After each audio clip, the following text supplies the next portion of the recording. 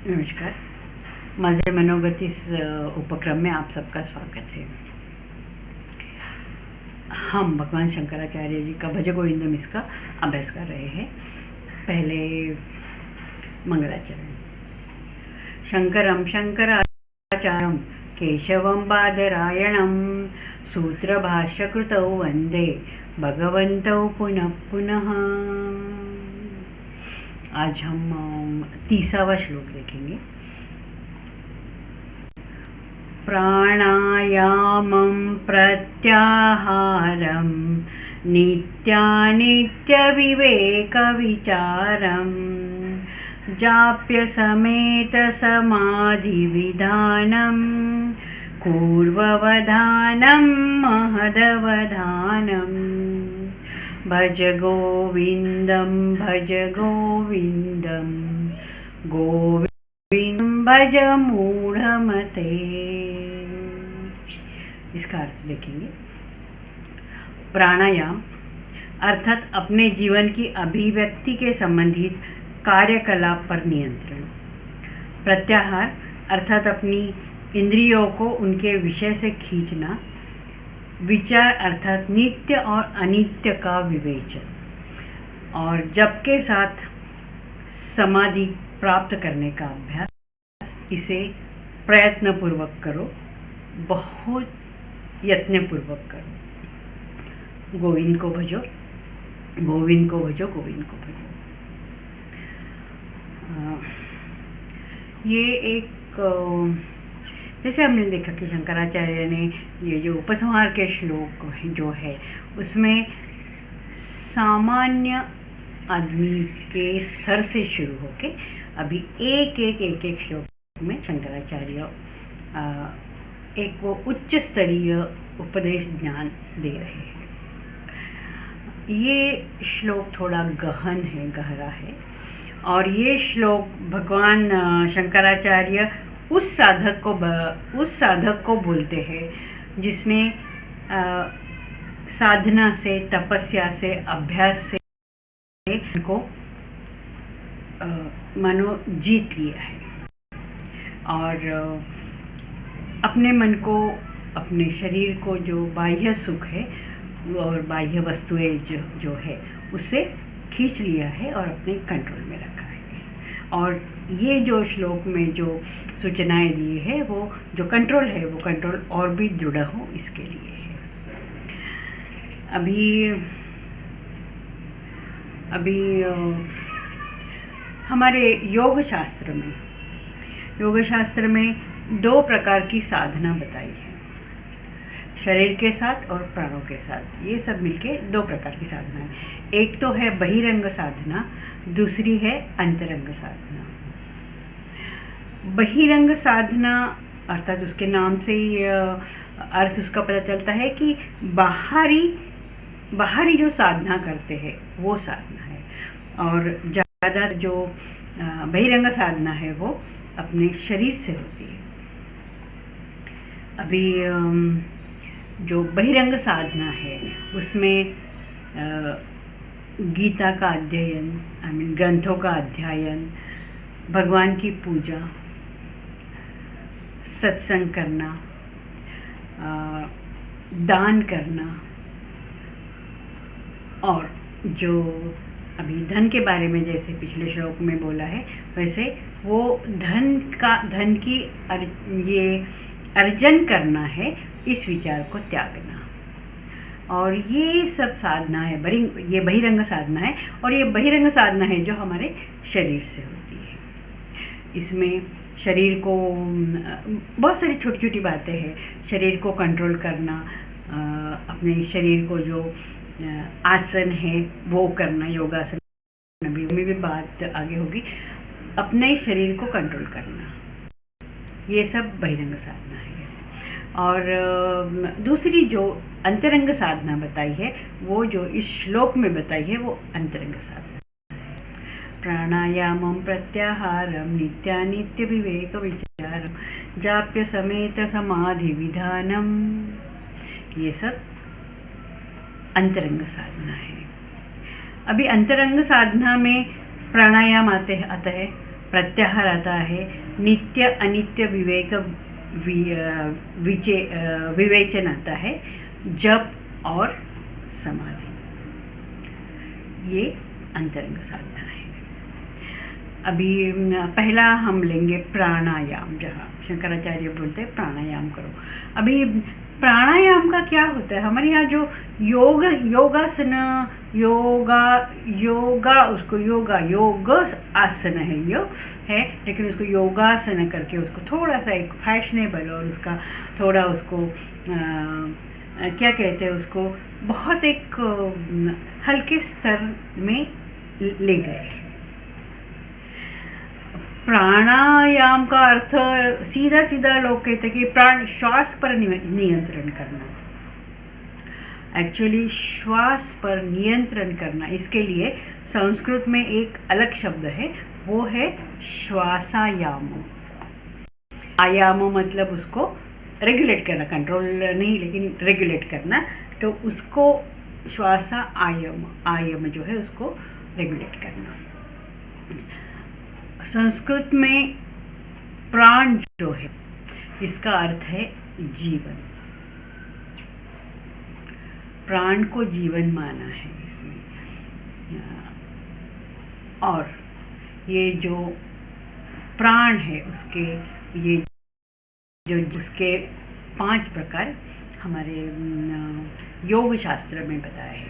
योग शास्त्र में बताया है, उपनिषद में भी बताया है। इसके जो 5 जो है वो प्राण के जीवन के प्रकार बताए हैं। और ये है प्राण, अपान, व्यान, समान, उदान।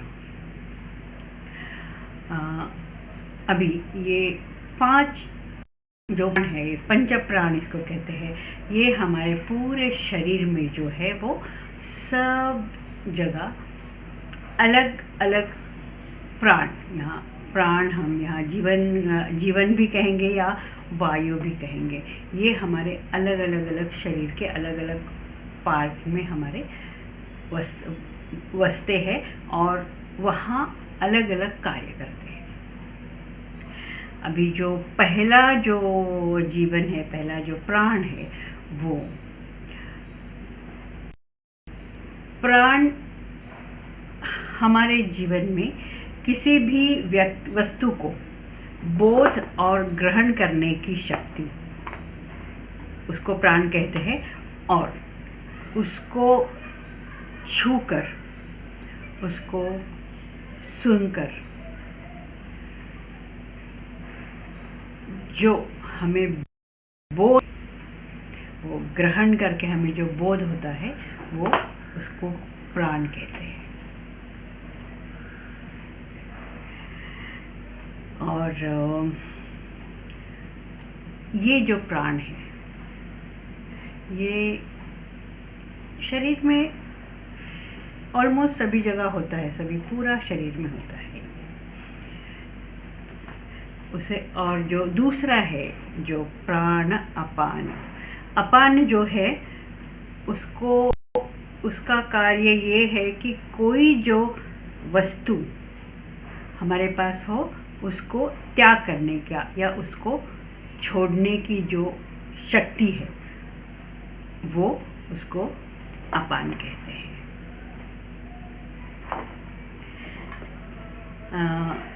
तीसरा जो है व्यान, व्यान हमारे जो पाचन संस्था है, अन्न पाचन जो करने के लिए जो हमें जो चीज़ चाहिए होती है, जो वायु चाहिए होता है, जो जीवन चाहिए होता है, वो है व्यान। और जो हमारे उसके बाद का है समान, जो रक्त जो है हमारे यहाँ, पता है रक्त पूरा शरीर में हमारे रक्त का संचार होता है। वही हमारे सिर से लेके पैर तक, पैर से लेकर सिर तक ये रक्त जो है वो उसका संचार होता रहता है। ये वो अशुद्ध रक्त शुद्ध होता है, शुद्ध रक्त पूरे शरीर को पहुंचाता है, वो ऑक्सीजन लेके पहुंचाता है, उसके बाद में दोबारा वो अशुद्ध हो जाता है, फिर दोबारा वो शुद्ध होता है और ऐसे सर्कुलेट होता है। और हमें यहाँ जो ज्ञान कराता है और हमें ज्ञान करा के हमें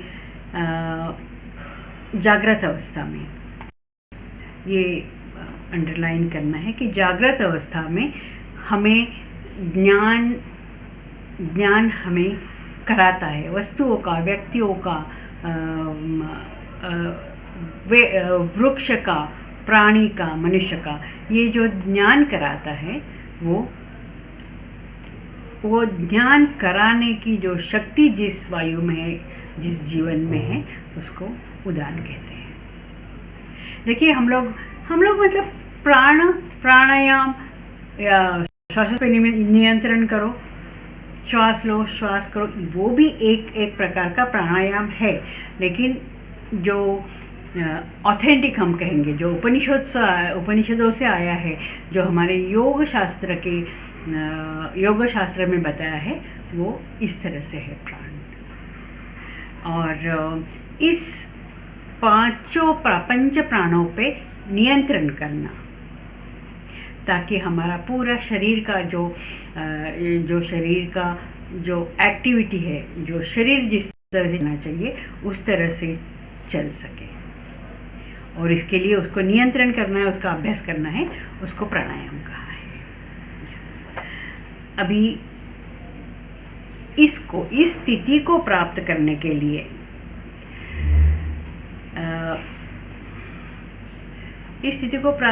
के लिए उच्च स्तरीय व्यक्ति है, उनको बहुत ज़्यादा प्रयत्न नहीं करने की ज़रूरत है। लेकिन जो मंद स्तर के जो साधक है, उनको पहले श्वास का अभ्यास करने का ट्रेनिंग दिया जाता है और उनको कुछ हद तक अपने ग्रंथों का अध्ययन करने का अभ्यास किया जाता है। अभ्यास बताते हैं को करने के, और वो अभ्यास में वो पारंगत हो गया तो फिर वो प्राण की जो शक्ति है, ये प्राणायाम जो है, ये पंच प्राण के ऊपर नियंत्रण करना उसके लिए आसान हो जाता है। तो ये जो मानो प्री क्वालिफिकेशन है, अभ्यास करना, पूजा करना, ये सब प्री क्वालिफिकेशन है। अलग तरीके से इसको हम we have to take this with a pinch of salt. ऐसे मंद साधक नहीं, मतलब मंद साधक और उच्च स्तरीय साधक, इसमें कुछ खास फर्क नहीं है। लेकिन यहाँ जो एक स्टेज बताई है भगवान ने, शंकराचार्य जी ने, वो ये बताई है कि साधक के स्तर के जैसे स्तर है वैसे साधक को साधना करनी चाहिए। अभी प्राणायामम, अभी प्रत्याहार के बारे में भी यहाँ बताया गया है कि प्रत्याहार क्या है। प्रत्याहार, जब साधक ये बहिरंग साधना अच्छी तरह से पारंगत हो जाता है तो वो अपने मन को या अपने शरीर को अपनी इच्छा के अनुसार नियंत्रित कर सकता है।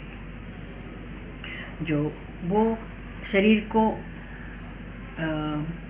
मन जो है वो शरीर को बोलेगा तुम बैठो, मेडिटेशन करो या अध्ययन करो, तो वो जो शरीर जो है वो मन की बात सुनता है। और मन जो है वो पूरा अपना ऐहिक जो सुख है उससे रहता है और वो दूर रह सकता है और दूर रहना चाहिए, और दूर रहना, इसका अभ्यास करना वो प्रत्याहार है। सो प्राणायामम प्रत्याहारम। यहाँ तीसरा जो है वो नित्य विवेक विचार। ये अभी शंकराचार्य जी एकदम हमेशा वो आत्मज्ञान का ही उपदेश करते हैं। तो वो कहते हैं कि नित्य और अनित्य जो दो वस्तु है, नित्य जो है हमेशा चलती रहती है। अनित्य जो है चलती चलेगी और कुछ साल बाद, कुछ दिन बाद, कुछ शतक बाद वो नष्ट हो जाती है। वो अनित्य है, कभी ना कभी उसको नष्ट होना है, और नित्य जो है हमेशा रहता है। तो शंकराचार्य जी यहाँ नित्य वस्तु कहते हैं। नित्य वस्तु मतलब आत्मा, आत्मज्ञान की प्राप्ति होना मतलब नित्य वस्तु की प्राप्ति होना। और ये जो आत्मा है जो नित्य है, और जो अनात्मा है, अनात्मा का मतलब आत्मा छोड़ के बाकी सारी चीज़ें जो है, सिर्फ और बाकी सब चीज़ें अनात्मा है। उसको आप सभी दुनिया की, सभी जगत की चीज़ें अनात्मा में आती हैं। तो क्या आत्मा है और क्या अनात्मा है, इसका नित्य विवेक विचार। अनित्य क्या है, नित्य क्या है, इसको विवेक से, लॉजिकली सोच के, विचार से उसको हैंडल करना, ये नित्यानित्य विवेक विचार है। अभी ये जो है नित्यानित्य विवेक विचार प्रैक्टिस से आता है। अभी जो बात का जो तीसरी जो पंक्ति है, इसमें है जाप्य समेत, यहाँ जप की बात की है। अभी जप का मतलब है कि एक ही चीज़ हमको उसको बार बार दोहराएंगे, वो जप हो गया। मतलब जिस तरह से अभी कोई तुम बहुत सामान्य लेवल का उदाहरण ले, तो हम जब जाप करते, किसी भगवान का नाम लेके जाप करते हैं, तो ओम नमः शिवाय, ओम नमः शिवाय, ओम नमः शिवाय ऐसे बार बार हम जप करें तो वो जप हो गया। जाप उसको कहते हैं, या जप हो गया। तो ये जप करने से बुद्धि में जो सूक्ष्मता होती है वो आती है। बुद्धि का जो संतुलन होता है वो जप करने से आता है। मन को शांत करने का जो एक मन की स्थिति को शांत रखने का जो एक है वो जप से आता है। और अपनी जो शक्ति जो है उसको जो अच्छे काम में लगाने की शक्ति भी जप से आती है। अभी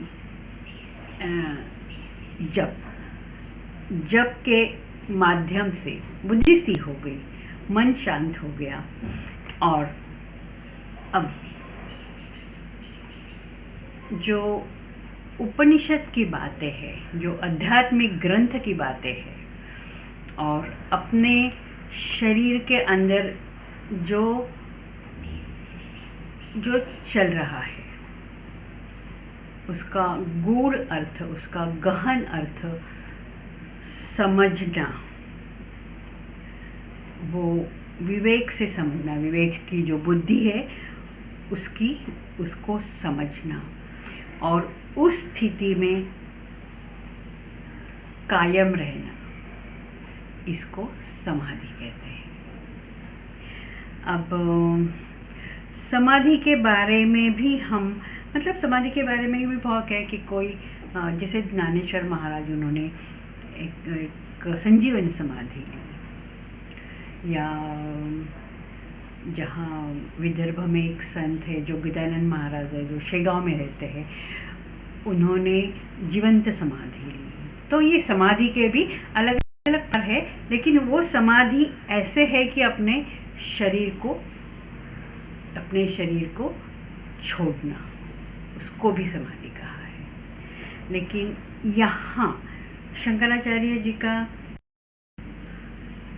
समाधि कहने का जो समाधि है, वो समाधि के बारे में शंकराचार्य जी बहुत थोड़ा सा अलग, वो समाधि तो शरीर की समाधि है, वो समाधि वो लेते हैं जो बहुत बहुत बहुत बहुत ऊंचे स्तर के संत है, वही ले सकते हैं। हमारे यहाँ पुराणों में परीक्षित की कहानी आती है। परीक्षित जिन्होंने पूरा भागवतम जो है, उनको पता था कि 7 दिन के बाद उनकी मृत्यु होने वाली है, तो उन्होंने उस 7 दिन में उन्होंने भागवतम पूरा सुना और उसके बाद उन्होंने मानो समाधि ले ली। ऐसा कहते हैं कि वो जो है उनको एक तक्षक जो सर्प है वो आके उनको काटने वाला है, और वो काटने के बाद 7वें दिन काटने वाला है, और काटने के बाद उनकी मृत्यु हो जाएगी। लेकिन परीक्षित महाराज ने वो भागवत सुनने के बाद उनको मृत्यु के प्रति सब पता चल गया। श्री कृष्ण भगवान का भागवतम में बहुत सारी बातें बताई है, वो उसने सब ग्राह्य कर ली, और जो तक्षक जो सर्प जो आ गया, वो सर्प आने से पहले ही उन्होंने मानो समाधि ले ली, अपने जो प्राण है वो छोड़ दिए थे। तक्षक का आना और उनको डाउंस करना ये तो एक फॉर्मेलिटी हो गई, वो तक्षक ने की, और परीक्षित महाराज तो उससे पहले ही प्राण अपने छोड़ चुके थे। तो ये भी एक प्रकार की समाधि है। अभी समाधि पूरे जो अपना आध्यात्मिक जो अनुभव है उसका अंतिम चरण है। जो हमने पूरा आध्यात्मिक ज्ञान प्राप्त किया, आध्यात्मिक साधना की, और आध्यात्मिक हमने जो कार्य किया, वो सब उसका परिणाम, उसका अंतिम उसकी समाधि में परिणति होती है। मोक्ष भी उसका कहा जाता है, लेकिन मोक्ष स्थिति भी कह सकते हैं। मोक्ष स्थिति वहाँ सब खत्म हो जाता है। और हम कहते हैं कि कभी कभी हम लोग भी यदि देखते हैं कि मेडिटेशन में बैठे हैं या मेडिटेशन कर रहे हैं, तो हमारे मन की स्थिति इस तरह से हो जाती है कि हमें कुछ नहीं, वो समय कैसे गया, उसमें क्या हो रहा है, ये हमें पता नहीं चलता है। बिल्कुल हमें पता नहीं चलता कि हम है, अभी है, और समय जाता है और हम जग जाते हैं। और उस बीच के समय में जब हम उस स्थिति में जाते हैं और उस स्थिति से निकलते हैं, लेकिन उस जो पर्टिकुलर टाइम स्पैन है उसमें क्या हुआ हमें पता नहीं। हम याद करने का तो सवाल ही नहीं होता, हमको पता ही नहीं है। तो ये जो है इसे हम समाधि ही कह सकते हैं, समाधि का एक प्रकार कह सकते हैं। अभी यहाँ समाधि बहुत गहन, गहरा और बड़ा विस्तार वाला विषय है, लेकिन यहाँ छांदोग्य उपनिषद में कहा है कि जब हमें ये एहसास हो जाए, हमें ये थोड़ा सा हिंट आ जाए, जब हमें एक स्ट्राइक हो जाए कि वहाँ तुम हो। छांदोग्य उपनिषद के ऋषि कहते हैं कि ये तुमको एहसास हो जाए कि वहाँ तुम हो, तो वो समाधि है। और ये एहसास होने के लिए अपना साधना करना पड़ता है, भगवान की पूजा करनी पड़ती है, ग्रंथ का अध्ययन करना पड़ता है, और वो जो समाधि का जो है वो कभी ना कभी वो होता ही है, हर एक के लाइफ में होता है। अभी ये समाधि हमारी शारीरिक तौर पे, मानसिक तौर पे, बौद्धिक तौर पे, तीनों स्तर पे होती है। उसको करना है, उसको शब्दों में बताना बहुत मुश्किल है। उस वक्त क्या हो, कैसे लगता है, क्या अनुभव होता है, क्या हमारे मन में विचार आते हैं, ये कहना मुश्किल होता है। लेकिन वो अनुभव है, वो अनुभूति है। वो शंकराचार्य जी यहाँ कहते हैं कि लास्ट पंक्ति है उसमें कहते हैं कि पूर्ववधानम महदवधानम। हे साधक तुम प्रयत्नपूर्वक ये इस समाधि का अभ्यास करो, यत्न करो, प्रयत्न करो, बार बार प्रयत्न करो। और तो तुम ये समाधि का जो अनुभव है वो ले सकोगे। यहाँ शंकराचार्य जी कहते हैं कि ये जो आध्यात्मिक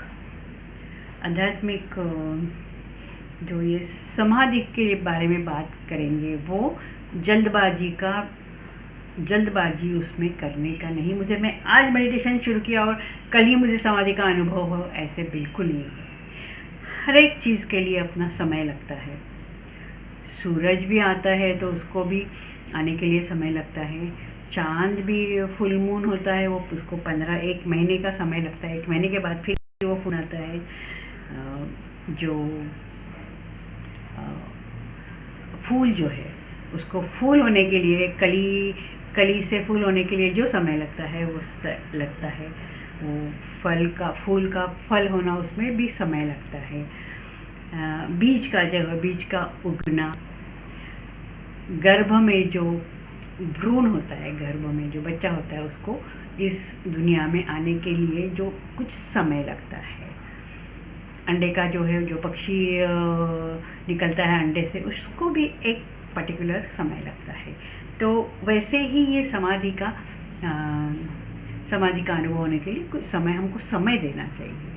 वो जल्दी दौड़ के अभी मुझे और डिमांड करता हूँ मैंने उतना किया, मैं भगवान को बोलूँगा मैंने इतनी घंटे मैंने मेडिटेशन किया, इतना मैंने पढ़ा, अभी मुझे दे दो समाधि का, ऐसे नहीं होता है। यहाँ शंकराचार्य जी कहते हैं कि जल्दी का काम, हम कहते ही है कि जल्दी का काम जो होता है वो शैतान का होता है। तो शैतान का काम क्यों करें, हम तो भगवान का काम करें। उसको जो प्रॉपर पर्टिकुलर जितना समय देना चाहिए वो समय देना ही चाहिए। इसीलिए महदवधानम, यत्न करो, समाधि का अनुभव ज़रूर होगा।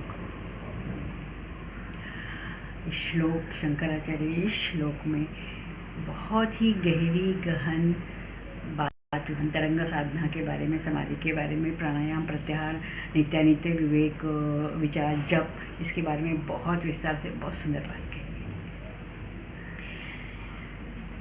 अगला श्लोक है जो इस पूरा भज गोविंदम का अंतिम श्लोक है। वहाँ भी शंकराचार्य जी ने बहुत सुंदर बात कही है। आज हम यहीं रुकते हैं और नेक्स्ट क्लास में हम ये भज गोविंदम इस पूरा ग्रंथ का समापन करेंगे। नमस्कार।